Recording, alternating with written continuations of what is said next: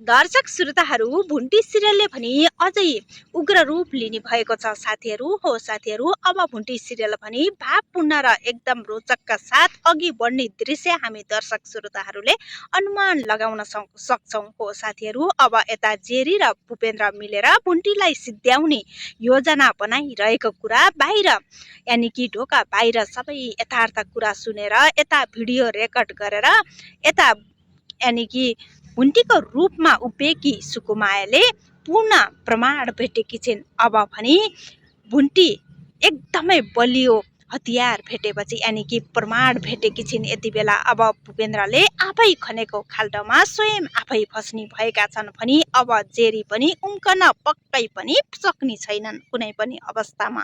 हो साथीहरू, यता पहिले त भूपेन्द्र आफ्नै श्रीमतीलाई यानि कि भुन्टीलाई सिद्ध्याइदिउँ र अब यो बाँची भने हामीलाई कहिले पनि कुनै पनि अवस्थामा राम्रो हुन र शान्तिको साससम्म फेर्न दिन्न, यसलाई सिद्ध्याइदिउँ भूपेन्द्र, यसलाई सिद्धाएकै राम्रो हुन्छ भनिरहँदा यता भूपेन्द्र पनि निकै डराएर आक्रोशित रूपमा अब निकै डराएको जस्तो देखिन्थे भने पछि भने अब सबै कुरा यथार्थ बोल्दै जाँदा यो भूपेन्द्र भनाउँदो पनि अब आफ्नै गर्लफ्रेन्डको पछि लाएर आफ्नै यति धेरै माया गर्ने श्रीमतीलाई मार्नसम्म यानि कि हत्या गर्नुसम्म पछि परेका छैनन् र अब दुवैजना सहमति भएको प्रमाण यति बेला सुकुमायाले अब जुटाइसकेकी छिन्। हो साथीहरू, यो प्रमाण जुटाउनु भनेको यता भुन्टीको लागि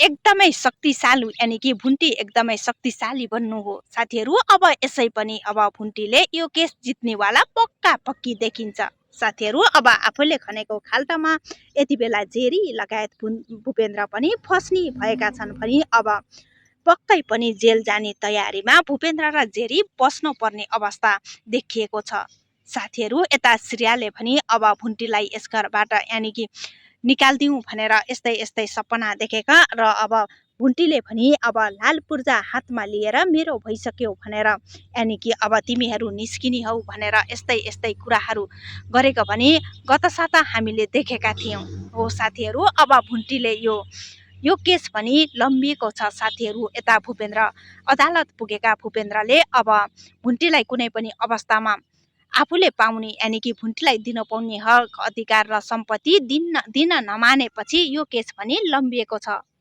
यो पक्का छ कि जतिसुकै समय लम्बिए पनि अब भुन्टीले केस जित्ने पक्का भएकी छिन् र अब झन् यति धेरै प्रमाणका साथ अघि बढ्ने छिन्। भुन्टीले पक्कै पनि यति धेरै शक्तिशाली बन्ने छिन् र आफूले पाउने हक अधिकार प्राप्त गर्ने छिन् साथीहरू। अब यसरी भनिरहेको दृश्य भने यता श्रेयाले यथार्थ रूपमा नभएर सपना देखेकी हुँदै रहेछन्। अब भुन्टीले त्यस घरबाट निकाल्न खोज्ने क्रममा अब म निस्किन्न र यस घरबाट जान्न भनेर निकै कराइरहेकी थिइन् भने अब यता श्रेयाले दिउँसै सपना देखेको दृश्य रहेछ। हो साथीहरू, अब भुवन आएर किन यसरी चिचाउँदैछौ के भनेको भनेर बिउजाउँदासम्म नबिउजेपछि अब एक बाल्टी पानी लगेर आफ्नी श्रीमती यानि कि सुतिरहेको श्रेयामाथि खनाइदिएका थिए। हो साथीहरू, अब भने यो भुन्टी सिरियल अझै भावपूर्ण र अब